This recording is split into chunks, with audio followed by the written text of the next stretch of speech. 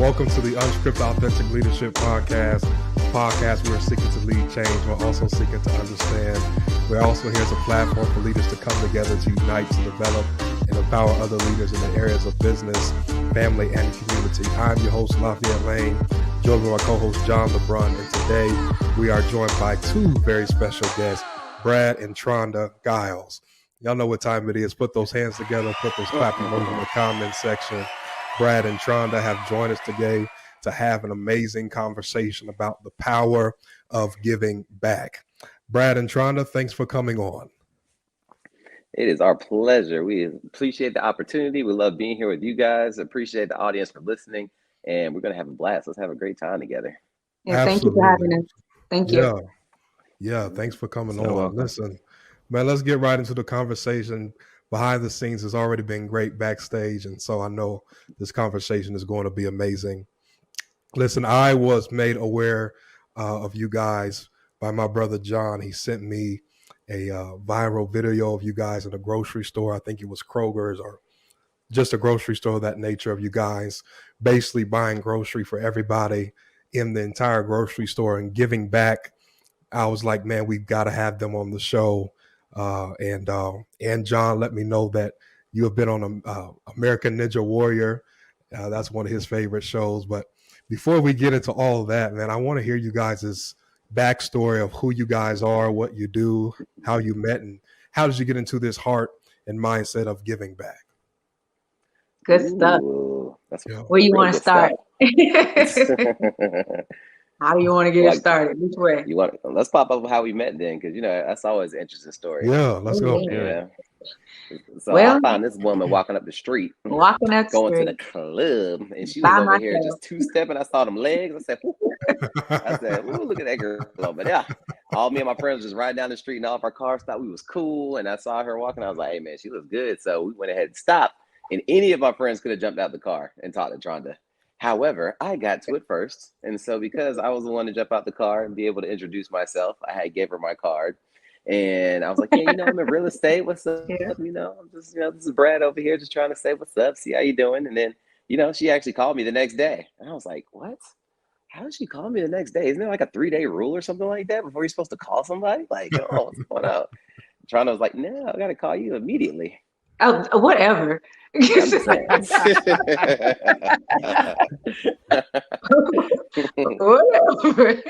First off, I called you because I wanted to call you. All right. Let's get that straight. All right? It was because I wanted to call you. And I did call him the next day. And I'm so glad it was you, babe. I'm so glad it was you out of every one of the other people that it could have been. But it was you. And I did call the next day, but we didn't actually talk for it till maybe a year later, though, just to get that. Wow. So it was a whole year that went by. Now, mind you, I deleted her phone number and everything. I didn't have it anymore because I was like, well, there's no point to have the phone number if we're not talking. So went ahead and deleted it. And then she hit me up about a year later, and I was hanging at the mall with my cousins, and I hadn't seen him in a few years, and we were just kicking it. And then she called me and she was like, hey, I just want to see what's going on. How you doing? You remember who this is? I was like, who's this? Like, this is Tronda. I was like, ooh, I remember who Tronda is. I was like, hey, she was like, you want to hang out? I was like, sure. So I told my cousin, I was like, hey, I got to go, man. This is Tronda. He was like, you're about to leave me here at the mall? I haven't seen you in 3 years. Like, bro, I have to go. I was like, you don't realize I got to go. So he would have been salty about it, but he was like, well, you married her, so I can't say nothing. Right. He was like, so it all worked out. Now, going forward, me and Tronda have been through all kinds of stuff because I fell off my motorcycle with her on the back of the bike. We both tumbling down the hill, getting scratched up and getting tone up, bike over there, just leaking oil and gas all over the place. And I was like, that was like, what, date number 2? Yeah. Wow. And I was like, oh, there's no way I'm gonna get another date after this. I was like, this is definitely gonna be over. Now, did I see a story about date number 1? She had to pay for a meal. Oh, that happened later on. That was later on. Yeah, so it was a success story. We can get into it. Yes, that happened when we were established. Yeah. Okay. That happened.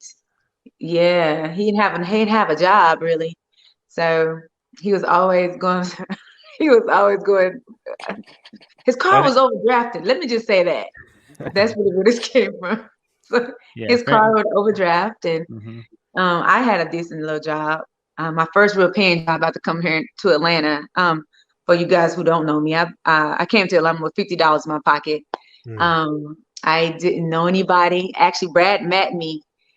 When I first met Brad, that was actually the first couple of weeks I had just been here in Atlanta, and yeah, I didn't know anybody, and that's why I was going to the club by myself. So I just wanted to do something, get out of the house and do something.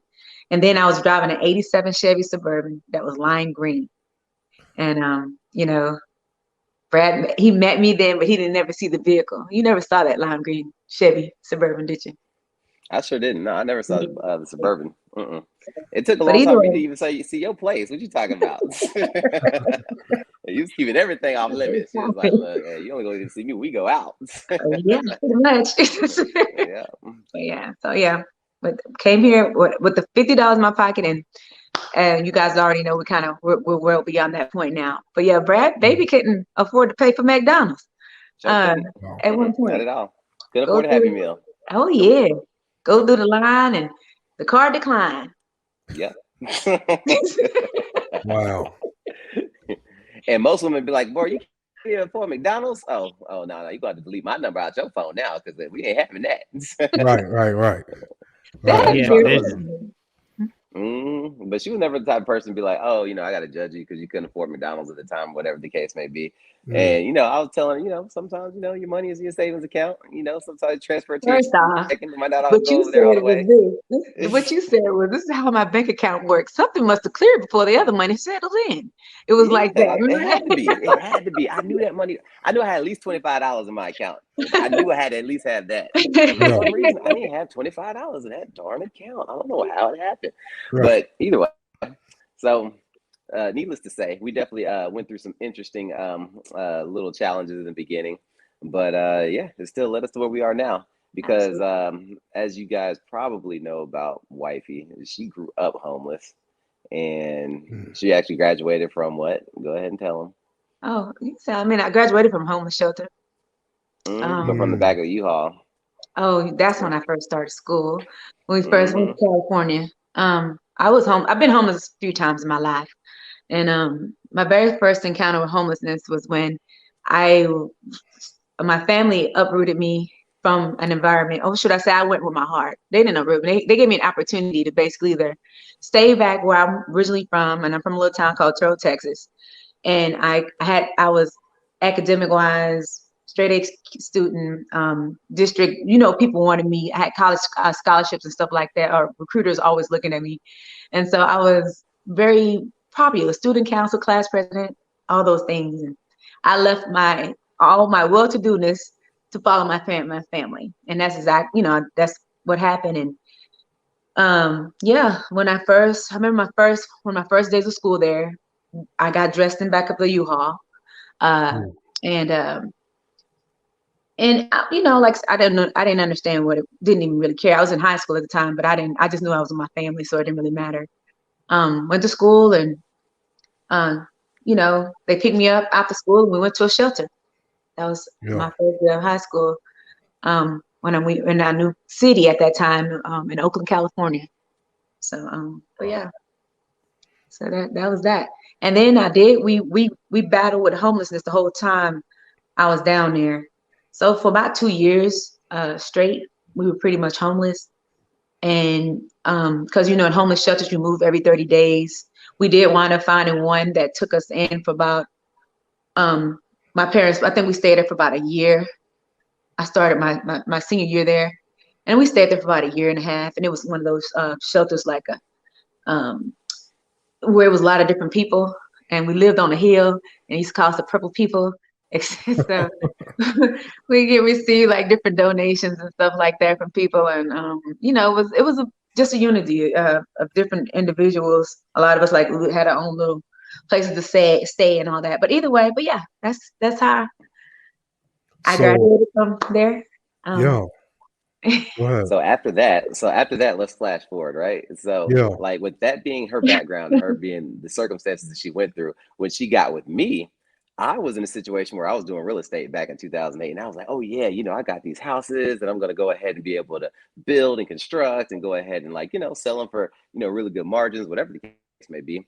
However, that's right when the bubble burst. So as soon as the mortgage crisis hit, I was like, dang, I don't know what I'm gonna do with these properties because they could not sell. Nobody was trying to buy at that time, and nobody could really qualify for the mortgages anyway. So I was just like, man, I don't know what we're gonna do. So the house is starting going to foreclosure. I had to file bankruptcy. Car was being repossessed, so I was always hiding behind a dumpster like every single night. I would hear the tow truck guy coming. He'd be like, look, I'm gonna find that car. Like, you ain't about to find this car. I got this thing hidden way on the other side. And you were staying with me. With that thing in the back of that dumpster. No, like, you ain't about to you were staying with me. You was over at my house a lot. Yeah, then I go to Tronda's house. I'm like, look, they ain't gonna find it at her house either, so I'm gonna go over here. But yeah, after going through all that, we basically realized that, it was still like one of those things where it's time for a change and try to figure out how to pivot from where we were and try to change our circumstances. And entrepreneurship was still kind of like always my thing. I was always like a person where whether I failed, it didn't really matter because I knew I'd still be able to succeed if I decided to keep on pushing. Because once you go so far down, all you could do is go up. She was telling about how we were using a credit card to pay the rent at times. Pay a bill.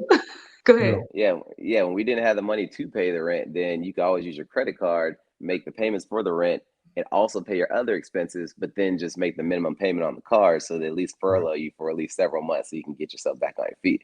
So had a nice little strategy to put it all together to make ends meet for a change.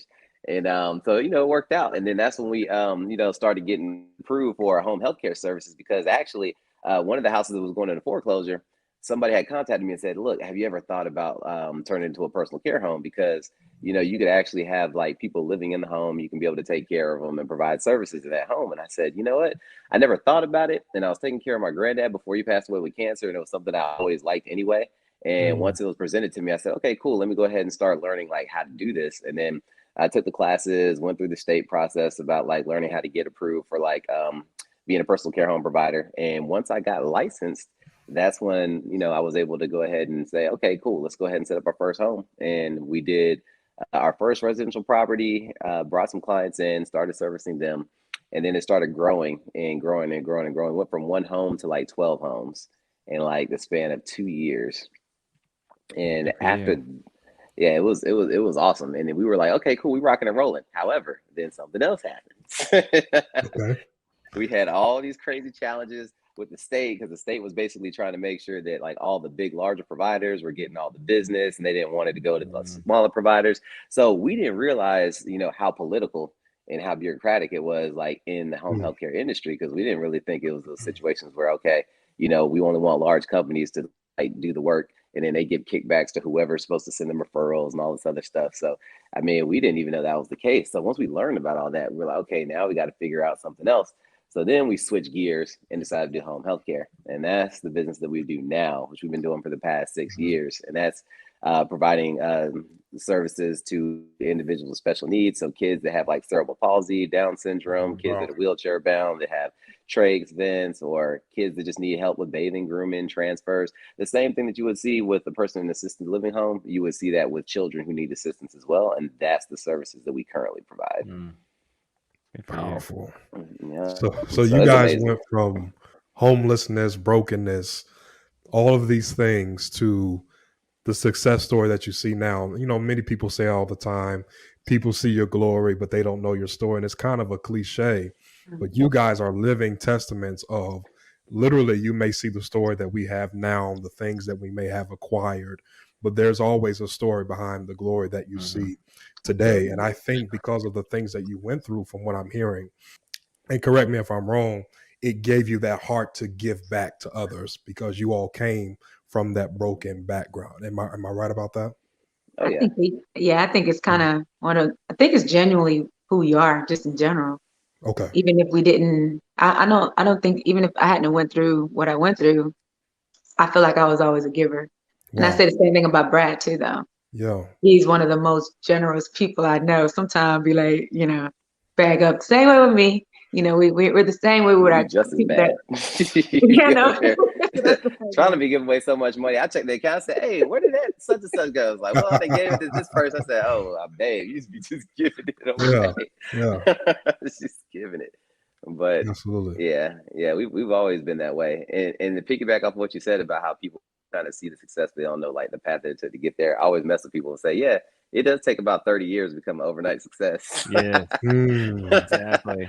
Wow. I'm like, yeah, the 30 years that it took for me to get to this overnight success, I'm like, it's just it's a process, you know, it's a long extended amount of time. But I mean, when you get there, it's amazing. And because me and Tronda both been through these different circumstances, it humbles you to the extent to where, like, you know, you still always remember where you came from. But when you have a natural love for people and you always just have the compassion in your heart to be able to give to others, then like just becoming more successful, all it does is just elevate the experience of who you currently already are. Like if you're naturally a giving person and once your means become greater, then you're able to give more because, you know, you have more to give. Absolutely, exactly. Powerful. Go ahead, bro. Yeah. So most of the audience has no idea when we talk about the grocery store story. I believe it was a Thanksgiving time frame, or maybe Christmas. It was around the holiday season, I'm pretty sure, or maybe it was actually COVID time. But either way, just refresh my memory a little bit. That's how I found out about you. I didn't even know about the Ninja Warrior thing. I just, you know, I watch all of them, but you know, let's be honest. My kids remember like a few famous Ninja Warriors, and I don't know the names of any of them. So that was just like a bonus. And then I saw this viral clip of these guys in a grocery store, basically helping people with purchase their groceries. But I'd prefer you to tell the story if you don't mind.